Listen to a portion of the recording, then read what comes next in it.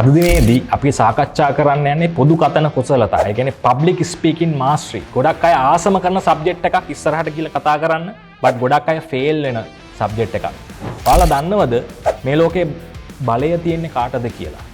ඔයා හිතන්න පුළුවන් ඒ කියන්නේ knowledge එක තියෙන කෙනාට සහ මුදල් තියෙන කෙනාට. ඇත්තටම නැහැ.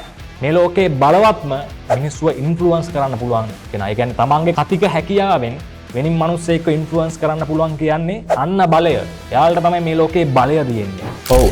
ඒක නිසාම ඔයා දැනගන්න ඕන මේ පබ්ලික් ස්පීකින් එකේ තියෙන වැදගත්කම.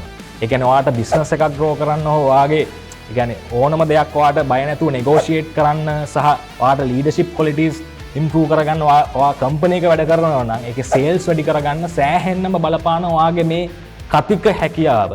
සෝෂල් මීඩියා එකේ කොහොමද ඔයා කෙනෙක් ඉන්ෆ්ලුවන්ස් කරන්නේ සහ ඔයාගේ පර්සනල් කොන්ෆිඩන්ස් එක.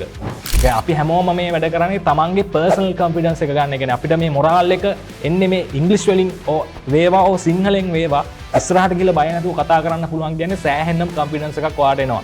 ඒක නිසා මම ඔයාලට උගන්වන්න මේ බේබි ස්ටෙප්ස් හරිද මේක ලොකු මාස්ටර් එකක් නැහැ. අනිවාර්යයෙන්ම ඔයාලට මේ පබ්ලික් ස්පීකින් එක හදා ගන්න පුළුවන්. මගේ ප්‍රෝග්‍රෑම් එකේ මම ඔයාලට හදලා තියෙනවා එක දවසින් මේක පොඩි දෙයක් තියෙන එක දවසින් මේ සබ්ජෙක්ට් එක අපි ඔළුවට දාගත්තොත් හරිම ලේසි. ජය වේවා. 7 days game changer by Nelaka Kularatna.